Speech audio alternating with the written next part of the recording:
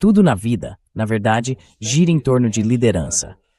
E especialmente no nível nacional, isso tem grandes implicações para o rumo que o nosso país pode tomar. Deixe-me mostrar qual costumava ser o padrão nos Estados Unidos, quais eram, pelo menos, as aspirações que tínhamos antes, e como isso trouxe resultados muito práticos e positivos para o nosso país. Mas vamos começar por onde estamos agora, com o trecho de ontem.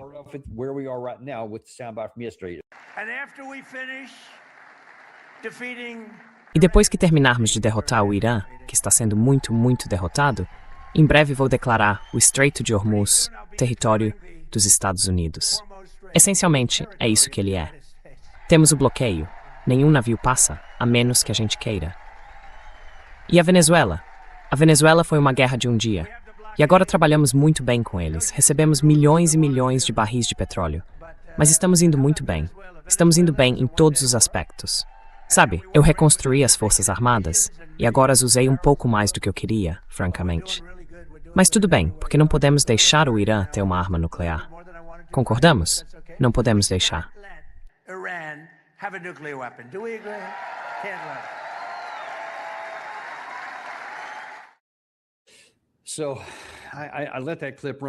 Então deixei esse trecho passar um pouco mais do que o normal por causa de todos os aplausos que, é claro, só alimentam o ego do Trump.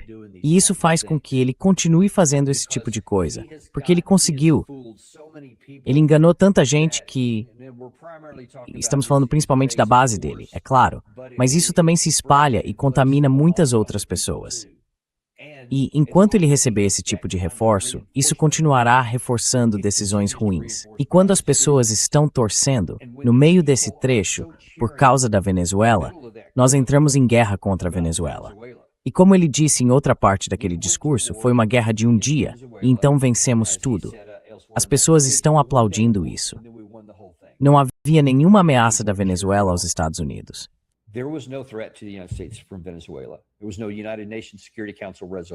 Não houve resolução do Conselho de Segurança das Nações Unidas. Isso violou a Lei dos Poderes de Guerra de 1973 e violou a separação de poderes prevista na Constituição dos Estados Unidos. Fez tudo isso porque ele nem tenta esconder, roubou o petróleo deles. Mais palmas, mais aplausos. Nós literalmente roubamos os recursos de outro país e estamos usando isso para o que quisermos. O presidente Trump foi perguntado, uma semana ou 10 dias atrás, por um repórter que tentou insistir bastante no assunto e perguntou, a propósito, para onde foi esse dinheiro? Onde esse dinheiro está sendo gasto? E ele simplesmente disse, em algum lugar, para administrar o país ou algo assim. Então ele não respondeu a pergunta. Para onde isso está indo? Ninguém parece se importar muito com isso.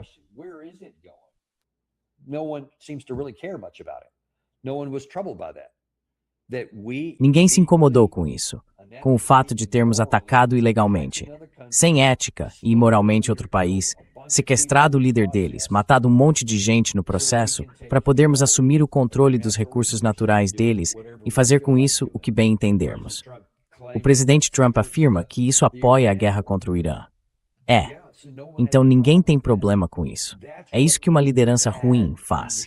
Ela corrompe a moral da população, de tal forma que as pessoas aplaudem tudo isso. É assim também que chegamos ao ponto de apoiar um genocídio. Obviamente isso começou antes do presidente Trump, mas Joe Biden merece a maior parte do descrédito por essa. O presidente Trump deu continuidade a isso, então ele é igualmente culpado e de outras formas ainda mais.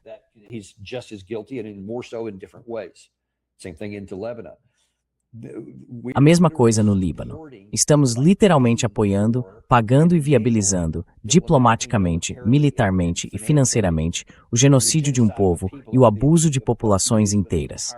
Coisas que jamais teriam sido sequer cogitadas no passado. E é isso que eu quero mostrar a vocês. Quero mostrar como chegamos até aqui, porque nem sempre foi assim. Na verdade, uma boa liderança gerou bons resultados. Levou a paz em regiões onde poderia até ter havido uma guerra nuclear. E deu motivação para que outras pessoas, ao redor do mundo, se levantassem, elevassem seus padrões e ajudassem o próximo. Houve uma época em que os presidentes americanos lideravam pelo bom caminho.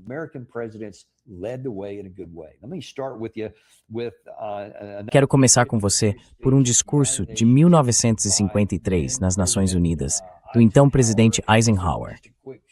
E só para contextualizar rapidamente, ele, é claro, foi o comandante supremo das forças aliadas durante a Segunda Guerra Mundial. Ele conhecia o custo profundo da guerra, a devastação que ela podia causar e especialmente a das armas nucleares que encerraram a guerra no Pacífico. Então ele tinha plena consciência de tudo isso. E isso aconteceu no momento em que surgia de fato a primeira grande ameaça da Guerra Fria. Um ataque nuclear, ou até mesmo convencional, entre a União Soviética e o Pacto de Varsóvia, de um lado, e os Estados Unidos e a OTAN do outro. Então todo mundo tinha muito medo disso. Nesse ambiente, em vez de alimentar as chamas, em vez de dizer, sim, vamos até aí para dominar vocês, ele diz o seguinte: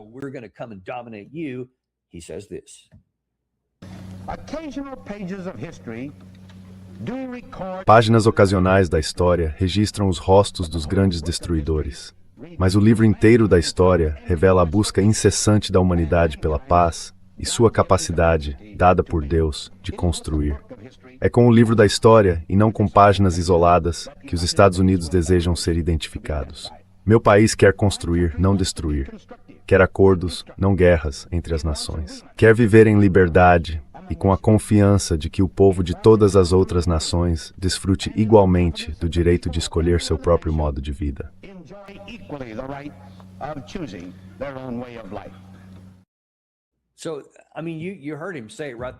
Então quer dizer, vocês o ouviram dizer isso agora mesmo. Isso foi realmente inspirador para pessoas no mundo todo e em todo o nosso país. Queremos ser conhecidos pela paz. Também queremos deixar que outros povos vivam em paz.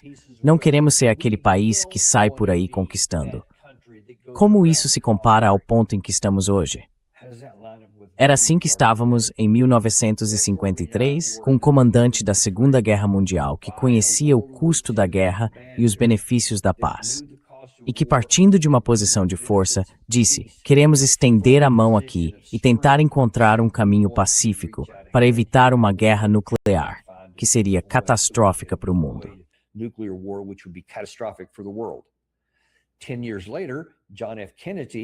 10 anos depois, John F. Kennedy foi à American University e fez o que eu considero, talvez, se fosse preciso escolher um só, talvez o discurso mais espetacular da história presidencial americana. Eu já fui à American University no início disso tudo, só para, de certa forma, absorver a atmosfera daquele lugar. E ao longo dos anos, assisti muitas vezes ao discurso dele. Vou mostrar apenas um trecho do começo, porque a perspectiva com que ele abordou toda essa questão foi importante. E também como contexto para este aqui, isso aconteceu cerca de um ano depois da crise dos mísseis de Cuba, quando o mundo estava à beira de uma catástrofe nuclear. E quando, mais uma vez, a Guerra Fria estava ainda mais intensa do que em 1953. E naquele ambiente, o presidente Kennedy diz o seguinte: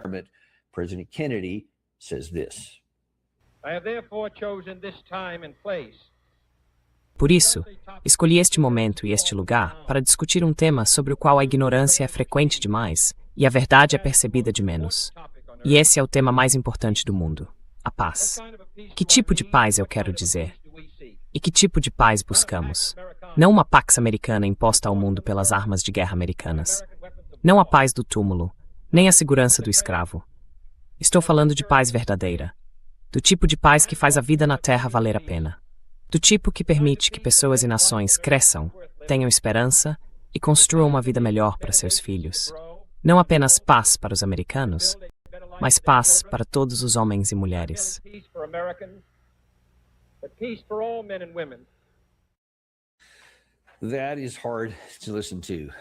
É difícil ouvir isso de novo. Ele começa dizendo: não estamos buscando uma pax americana em que nosso poder militar domine todo mundo. Nem estamos buscando paz apenas para nós mesmos, mas para toda a humanidade. Quando os Estados Unidos usaram seu poder para trazer paz, isso foi, em grande parte, bem sucedido. Especialmente quando você faz esses comentários, deixando claro que está entrando nisso a partir de uma posição de que não estamos tentando dominar e conquistar todo mundo. Não achamos que isso vá levar a uma paz genuína. O povo americano estava acompanhando essa ideia, e ele recebeu aplausos entusiasmados.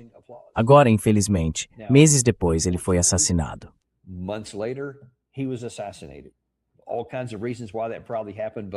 Há todo tipo de motivo pelo qual isso provavelmente aconteceu. Mas até hoje, depois de analisar todas as evidências por muitos e muitos anos, estou convencido de que uma das razões principais foi porque ele buscava a paz. Havia gente demais que não queria essa paz, que queria que o confronto entre os dois blocos continuasse. E foi isso que aconteceu. Talvez você saiba que pouco antes de ser assassinado, ele tinha assinado algo para retirar os poucos, quero dizer, acho que eram cerca de 1.000 assessores que tínhamos no Vietnã. E ele disse, isso é estupidez, vamos tirá-los de lá. Nem vamos seguir por esse caminho.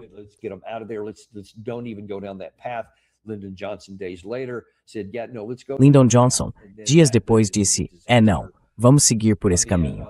E isso levou à resposta desastrosa na Guerra do Vietnã, e todo tipo de coisa deu errado depois disso. Aí tivemos Nixon, que mais tarde abusou do poder do cargo, e assim por diante, embora estivesse fazendo algumas coisas que faziam sentido. Ele nos tirou da Guerra do Vietnã, mas o estrago já estava feito, e levou um tempo para desfazê-lo. Então, por um tempo, não tivemos declarações realmente boas como essa. Mas em 1988, George Bush disse, quando estava concorrendo à presidência, sabe de uma coisa? Estou realmente procurando uma oportunidade de fato, trazer alguma paz. Então, até George Bush.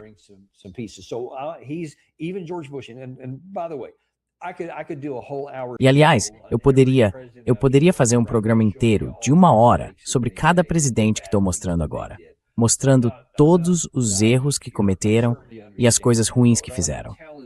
Eu não sou ingênuo quanto a isso. Certamente entendo isso. Mas o que estou dizendo é que quando a sua mentalidade é essa, quando a sua liderança vai em direção a áreas que têm paz e que querem beneficiar toda a humanidade, as pessoas se unem aos Estados Unidos e se esforçam para estar à altura desse padrão. E quando as nossas ações seguem essa linha, isso de fato resulta em paz e estabilidade, na melhoria da vida das pessoas e na redução do risco de guerra para a nossa própria população. E em 1988, enquanto Bush concorria à presidência, quando venceu a indicação republicana, esta é a visão que ele queria ter.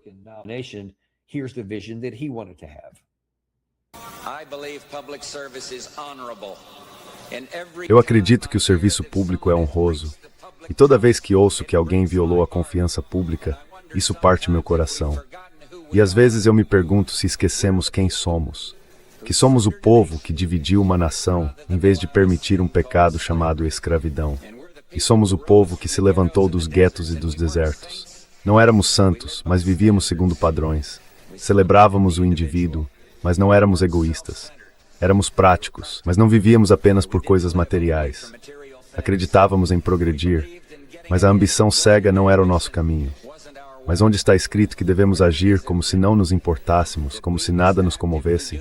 Pois eu me comovo. Eu quero uma nação mais bondosa e mais gentil.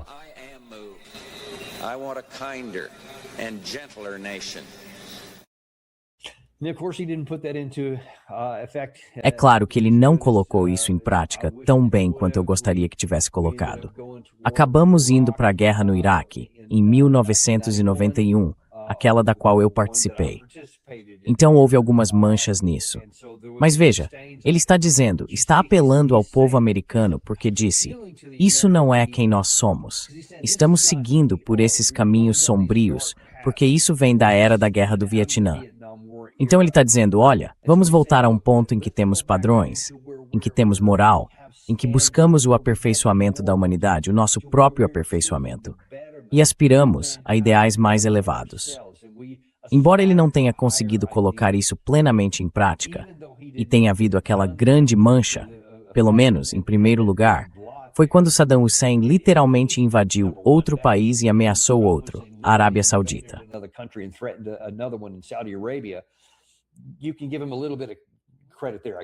Acho que dá para dar um pouco de crédito a ele nisso.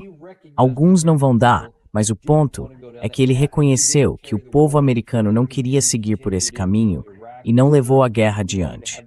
não a estendeu ao Iraque e assim por diante. Ele queria colher os dividendos da paz e tudo mais, e depois começou a reduzir as forças armadas. Então, em vez de pegar aquela vitória e dizer sim, quero conquistar ainda mais países, ele de fato colocou ações por trás das palavras. E isso foi útil, porque realmente ajudou a reduzir as chances de entrarmos em mais guerras. E então, no ano seguinte, quando o presidente Reagan estava deixando o cargo, ele fez esta famosa declaração sobre o mundo que esperava, que tentou governar durante 8 anos e que esperava legar às futuras gerações.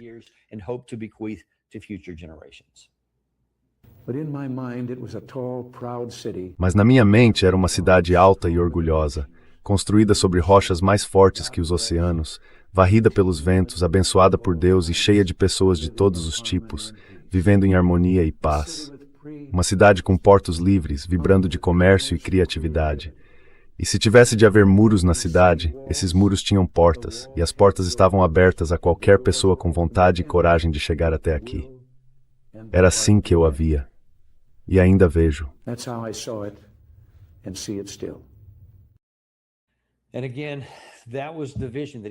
E mais uma vez, essa era a visão que ele tinha dos Estados Unidos. Algo que fosse uma cidade brilhante sobre uma colina, uma luz para os outros seguirem como exemplo. Queríamos mostrar, por nossas ações, e demonstrar, este é o comportamento, este é o bom comportamento, para que as pessoas queiram vir para cá.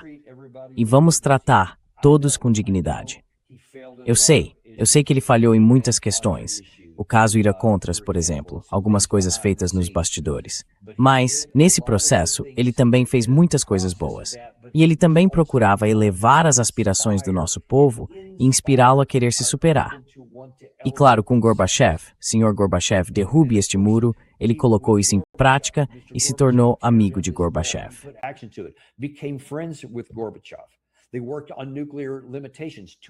Eles trabalharam em limitações nucleares para evitar a possibilidade de uma guerra nuclear, melhorar a vida das pessoas e aumentar a chance de os dois lados se aproximarem. E claro, isso acabou acontecendo com a queda do muro. Depois, meio que estragamos aquele momento. Mas dá para ver que ele colocou ações por trás disso. E por todas as coisas que ele fez de errado, ele fez algumas coisas boas, porque sua motivação era algo útil e benéfico. Isso costumava ser o padrão nos Estados Unidos. Esses caras, fosse Bush na campanha dele, Reagan, Eisenhower ou JFK, falavam com uma população que em grande parte acreditava nessas coisas. E essa é uma das razões pelas quais eles faziam campanha com base nisso e diziam essas coisas, porque esse era o padrão nos Estados Unidos.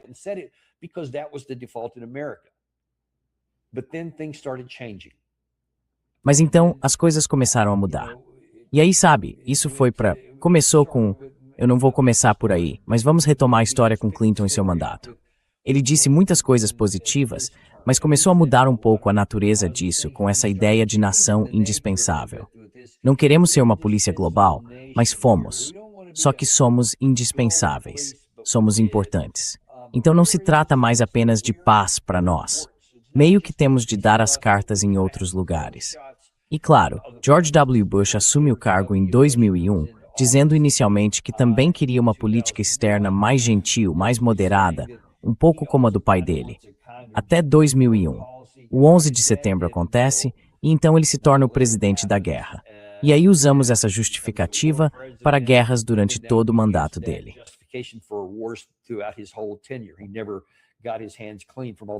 Ele nunca conseguiu limpar as mãos de todo o sangue derramado no Oriente Médio e possivelmente pretendia entrar em muitas outras guerras. Obama deu continuidade à parte disso quando assumiu o cargo, com a Líbia, ataques na Síria e assim por diante, em escala menor, o que meio que manteve esse impulso.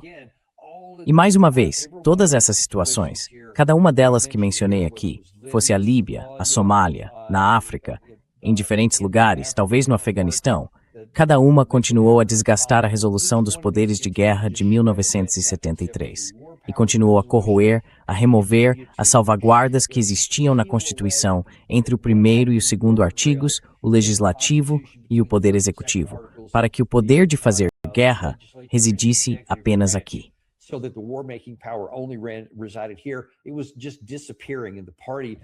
Isso simplesmente foi desaparecendo, E o sistema partidário continuou fazendo isso.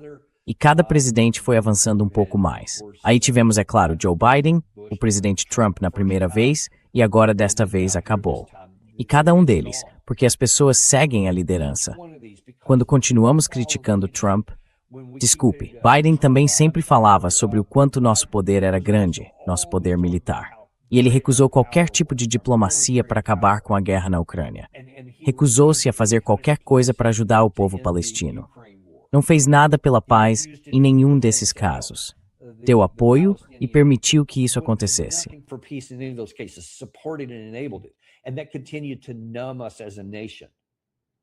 E isso continuou nos anestesiando como nação.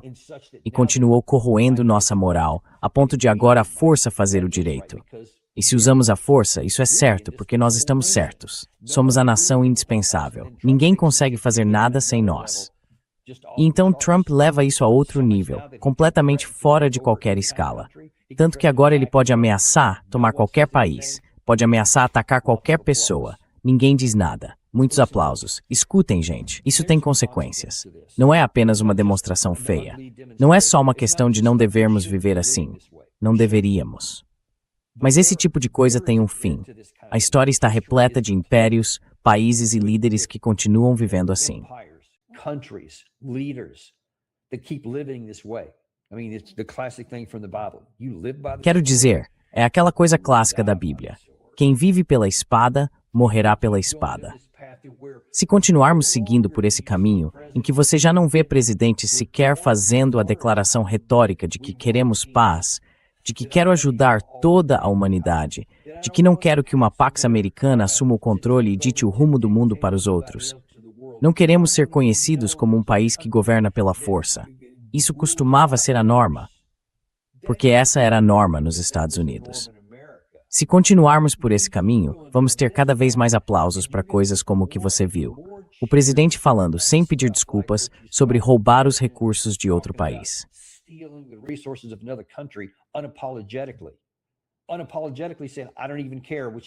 Sem pedir desculpas, dizendo, eu nem ligo, o que ele também fez separadamente esta semana. Eu não ligo, se isso vai fazer a economia de vocês nos Estados Unidos, o preço da gasolina, o preço dos alimentos subir, eu não ligo. É isso que eu quero fazer aqui no Iraque, no Irã.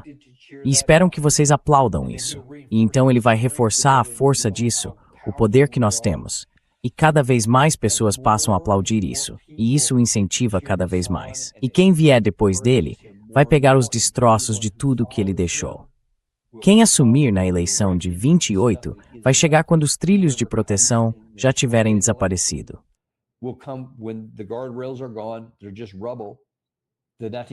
São só escombros. A Lei dos Poderes de Guerra, de 1973, é algo relegado à história. Ninguém nem fala mais nisso. Não adianta fazer votações sobre ela, porque ela não impõe nenhuma restrição ao presidente. Um dia vamos criar tantos inimigos ao redor do mundo e tanto medo dos Estados Unidos que as pessoas vão conspirar juntas para lidar com esse perigo que enxergam para o planeta. É inevitável. É simplesmente a natureza humana. É o que aconteceu ao longo de eras da história mundial. Todos esses impérios caíram, em grande medida, por causa de sua podridão interna, mas também por causa de sua sede externa, por poder e dominação sobre os outros. E isso simplesmente não funciona, porque as pessoas não vão viver sob esse tipo de regime.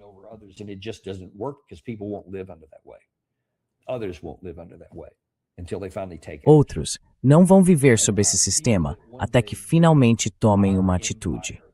E eu temo que um dia o nosso império, com esse modo de vida que consideramos normal, possa ruir por causa da podridão presente na nossa mentalidade e na nossa moralidade. Estou dizendo, precisamos fazer o que for necessário para corrigir isso agora, enquanto ainda podemos. Porque pode chegar um dia em que isso será imposto de fora, e não haverá solução. E certamente não haverá ninguém disposto a nos ajudar, por causa de todas as pessoas que pisoteamos até aqui. Na minha opinião, esta é uma ameaça existencial ao nosso país, tanto quanto qualquer tipo de ameaça militar que possa surgir.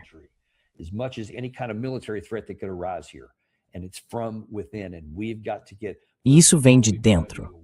E nós temos que, antes de tudo, temos que estar conscientes disso. Temos que recobrar a sobriedade e acordar antes que seja tarde demais. E precisamos de uma liderança melhor. E tirar esses caras que o tempo todo falam em ansiar por poder militar.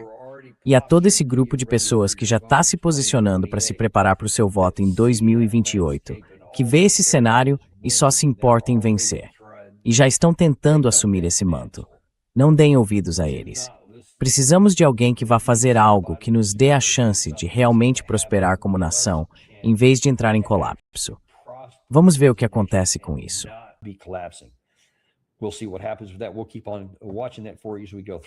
Vamos continuar acompanhando isso para vocês à medida que avançamos, especialmente conforme nos aproximamos da eleição e tudo mais. Mas eu achei muito importante, diante da declaração do presidente Trump aqui, que a gente veja o contexto de tudo isso e entenda, neste momento, o quanto esses momentos são importantes antes que seja tarde demais. Muito obrigado, pessoal. Agradecemos por terem nos acompanhado hoje e esperamos ver vocês na próxima semana, no Daniel Davis Deep Dive. Vocês sabem que não temos patrocinadores porque odiamos encher vocês de anúncios. Eu não gosto deles. Então retribuam um pouco esse carinho. Inscrevam-se, curtam e mandem isto para alguém de quem vocês gostam. Like and send this to somebody you care about.